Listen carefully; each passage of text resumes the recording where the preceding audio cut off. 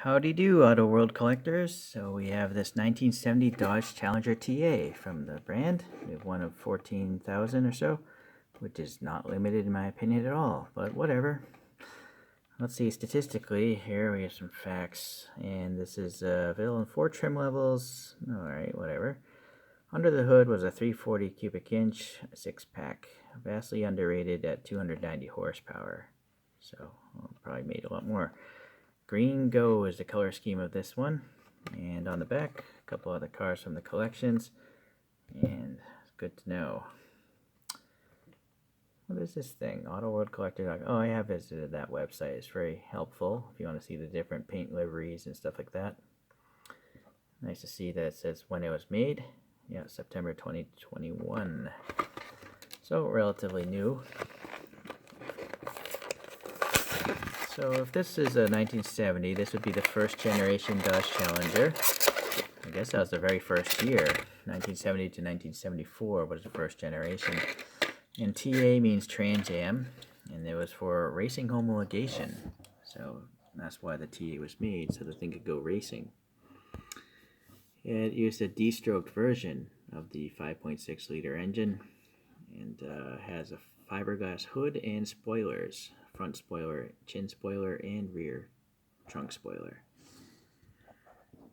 Dual outlet exhaust is quite interesting. We'll see it on the bottom, but it actually reverses and then comes out in front of the rear tires, as you can see right there.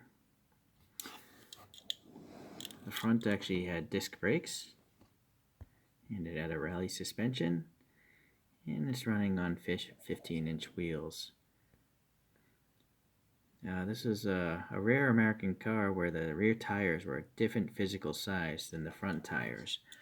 Unfortunately, that led to some severe understeering problems on the street cars. So I'm sure a lot of these may have been crashed. So this green is not a metallic, it's just a green.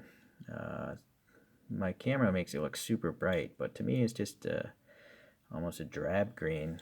Not olive, but it looks darker than Kermit the Frog. As if I know what Kermit really looks like. Sorry, I'm trying to get more light in here, but alright. So starting with the wheels, they look pretty nice. And even the tires look like they're rounded or full of air because they're so concave, but bow out here. And then you got the tread blocks on the side, looks good. The printing is pretty good. The lug nut details, yeah, all of this is nice. We have a nice side reflector with silver around it. This is quite legible, this 346 pack. Even the old Dodge logo, the star there. TA looks good, and this stripe is also surrounded by a tiny black stripe, and so that's printed very nice. The door handle's got some definition to it and painted silver, obviously. There's a tiny recess in the side exhaust here, and that's painted black. Panel lines look good. Silver looks good. Silver on the little window piece as well. Fuel filler also has some definition and it's painted silver. Looks good. Nice, nice, nice. Alright, casted in bumper.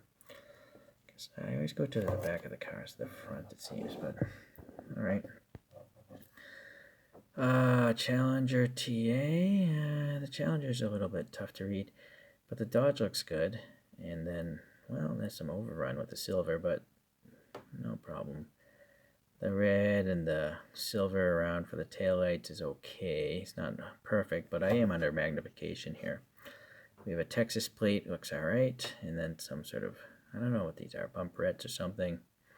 Separate plastic wing there. Silver around the rear windows, and then this side. Yeah, any problems? No, all looks good to me so far. I suppose if one was to nitpick, maybe some more silver paint would be nice here. It's not quite enough. Yeah, I don't like the stark white headlights, but it's just the way AutoWorld does it. Yellow lights down here, smooth here and painted black, so that's great. And then in here we have a texture, very nice. And then the Challenger seems to be alright. Well, at least the outline. You know it says Challenger, although it's not really legible. Melded in bumper, or is it separate? Well, this side's just printed better, so much better here than the other side. So we do have a plastic hood cowl or bulge here, and I don't know if it's intentionally raised like that, or it should be. I don't know what the deal is there. Doesn't look right though. I feel like this should be touching that surface, right? Oh no, I stand correct. That is accurate. If you look at the first photograph, this whole section is raised above the hood, so it's just that there's no details of some sort of inlets here. That would have been nice to have. There are some round hood pin latch pin things, some vents here, and then it's a matte finish hood. Ooh, that's a rough edge though on this hood. Look at that. It looks like it was sent through a bandsaw or something. So much better on this side, so what's going on with that? Alright, the hood at least opens. Yeah. It's just a mediocre engine. Not their best effort, not their worst effort. I just don't think it's worth having, especially if it creates a bandsaw look to the model, right? Dash is nicely molded, nice black, nice detail here, and it's great that Auto World doesn't put side windows in, but I think I'm still going to need the flashlight because it is so dark in there. Alright, gauges are molded in, steering wheel looks good, yeah, nice ribbing on the seats, front and back. The door also has, can't get the light in there, but yeah, there's some details, armrests and stuff. So nice interior. Alright, so here's the bottom then.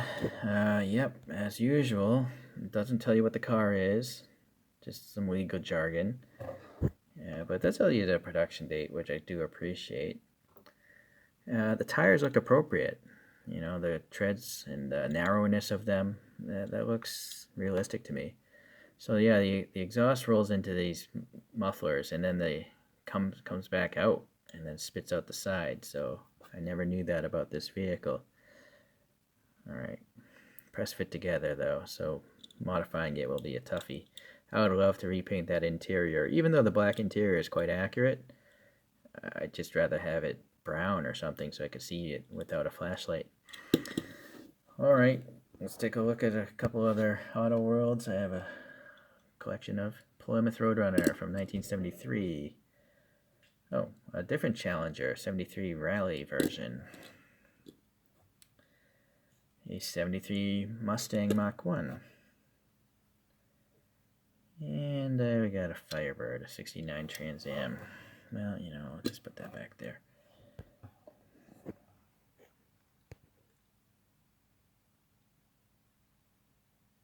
They're all relatively the same size, because where that Plymouth, it seems much bigger than the others. This one seems the smallest, that seems the biggest. But these three look pretty similar, I think. Okay, I guess it's time for Mr. Spin Machine to come on out. Spin in from the side photo. Alright, well, no major QC problems that I can see this time around.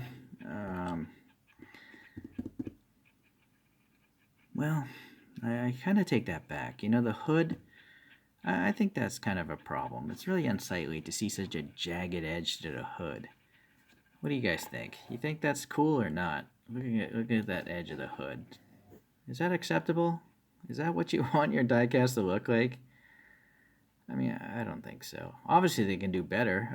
Every other one you just saw has a straight edge to the hood, so I guess that is a problem. I guess I'm happy that it's black, so you don't see it too much. But it could have been a perfect model. It was close. Oh well. So not the best effort from Auto World today, but it's not going to stop me from getting some other castings. So I appreciate you guys watching. I'll see you in the next review.